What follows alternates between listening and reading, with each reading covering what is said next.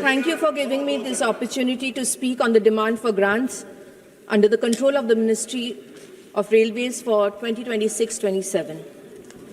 Indian Railways is not merely a transport system. It is a lifeline of India, connecting millions of people every single day. Farmers traveling to markets, students traveling to colleges, workers traveling to their workplaces, traders carrying goods, athletes traveling to competitions, and Jawans traveling to serve the nation. Because of this, railway policy must focus not only on extravagant announcements and statistics, but on fair allocation of resources, efficient implementation of projects, passenger dignity, and reliable services. Yes. Sir, as a representative from West Bengal, I would like to raise certain concerns regarding railway investment and development in the state. West Bengal has historically played a crucial role in the growth of Indian railways. Some of the busiest railway corridors and stations in the country are located in our state, and millions of passengers travel through the railway network of Bengal every day. However, when we examine recent railway allocations and project implementation, there is a feeling that the pace of development in West Bengal is not keeping up with the pace seen in several other states.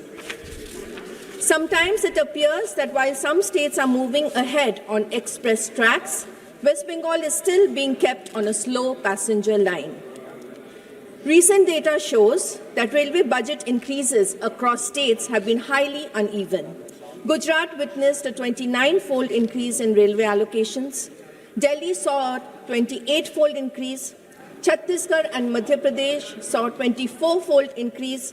Maharashtra received a 20-fold increase. Uttar Pradesh an 18-fold, but West Bengal has seen only a 3-fold increase. The disparity definitely raises legitimate concerns about equitable distribution of railway investments across states. Bengal does not ask for special treatment, sir. Neither does Bengal ask for charity. But the state that helped build the railway network of India certainly deserves fair attention and equitable development. Sir, issue is just not about allocation but also implementation. Under the Railway Station Development Program or the Amrit Bharat scheme, 101 stations were sanctioned in West Bengal.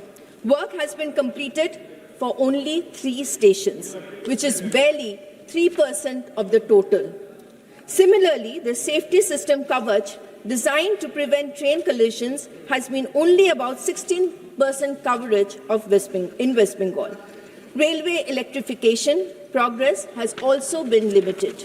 In 2024, electrification in West Bengal accounted for only about 2% of the national progress. Sir, even when the funds are allocated, utilization remains incomplete. West Bengal's railway zones received rupees 1,317 crore for customer amenities in 2025. Sadly, only about rupees 737 crore, roughly 56%, had been sent by December 2025. This gap between allocation and utilization directly affects passenger services. There are broader concerns in railway functioning, sir. Miscellaneous expenditure in the railway budget increased by 83% in 2025-26, while the construction of new railway lines has decreased by nearly 29%. At the same time, allocations for customer amenities rate been reduced by nearly 150 crore compared to last year. These trends raise important questions about priorities in railway spending. Sir, safety must remain the top priority. Currently, only about 4% of the Indian Railways network is covered under the Kavach anti-collision system. For railway line doubling, the target for 2025-26 was 2,600 kilometers, but only 573 kilometers, around 22%, had been completed by December 2025, even though financial utilization had reached about 74%. The Comptroller and Auditor General of India CAG has also flagged financial irregularities amounting to rupees 543 crore in various railway zones. Honourable Sir, I would now like to highlight several railway issues concerning my constituency, which is Midnapur, in Paschim Midnapur, particularly in Kharagpur and Belda. Kharagpur is one of the most important railway junctions in eastern India, as we all know, and is home to one of the longest platforms in the world. Yet it is unfortunate that many passengers there are still waiting for basic railway facilities and infrastructure improvements. Belda station serves passengers from nearly 10 surrounding blocks across Paschim and Purvo Mednipur, and thousands of Delhi commuters depend on it every day. However, several long-standing issues remain unresolved. First, the level crossing at gate number 24 on the Belda-Kontai road between Bakrabad and Belda stations creates severe traffic congestion every day.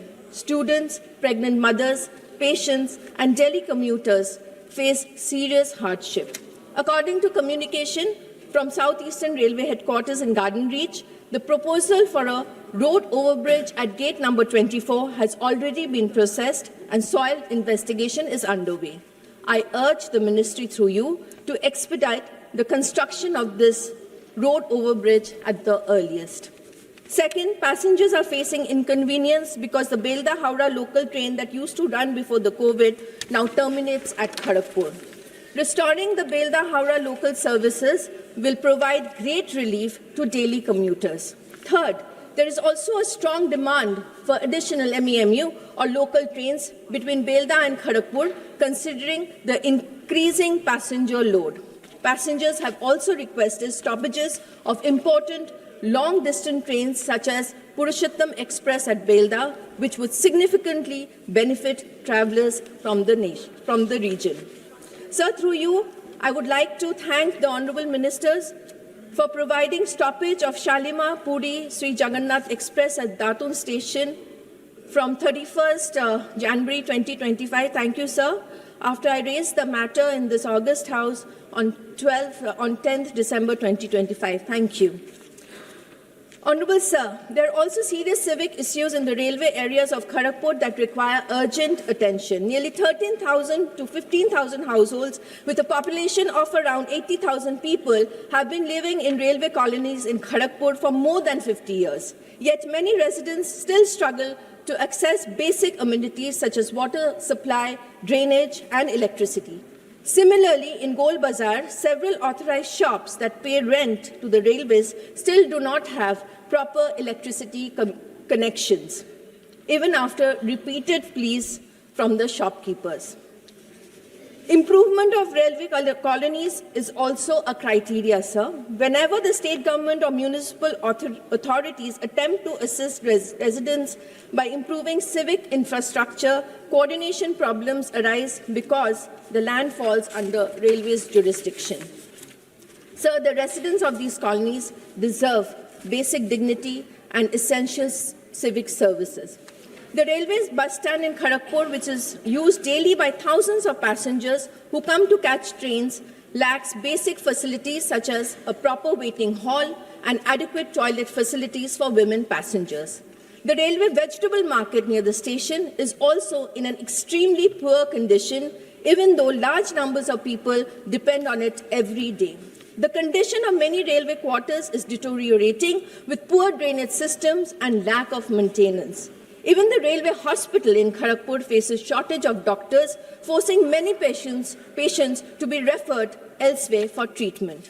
Finally, there are concerns among workers that the historic Kharagpur Railway Workshop, which has long been an important center of railway employment and technical work, is gradually seeing a reduction in work activity. Railway workshops have historically been engines of employment and skill development, and they should be strengthened rather than neglected. Sir, I'll ask you for 2 more minutes. Honourable Sir, another important issue concerns wildlife safety in railway areas passing through forest regions.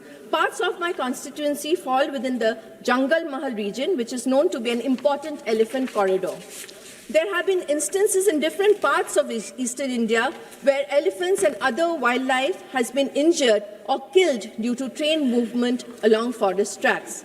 Development and environmental responsibility must go hand in hand. Therefore, through you, I urge the Ministry of Railways to strengthen wildlife protection measures such as speed regulation in elephant corridor zones, installation of early warning systems and sensors, better coordination with forest departments, use of technology to alert loco pilots when elephants are near railway tracks.